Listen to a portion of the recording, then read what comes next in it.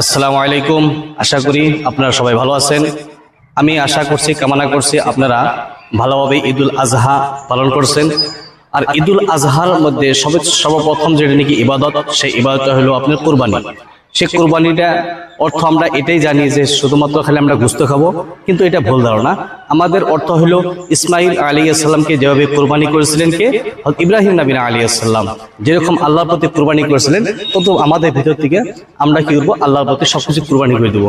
আমাদের ভিতর থেকে যতগুলো খারাপই আছে সমস্ত খারাপিগুলো কুরবানি করে দিয়ে আমরা আল্লাহর দিকে আমরা চলে যাব।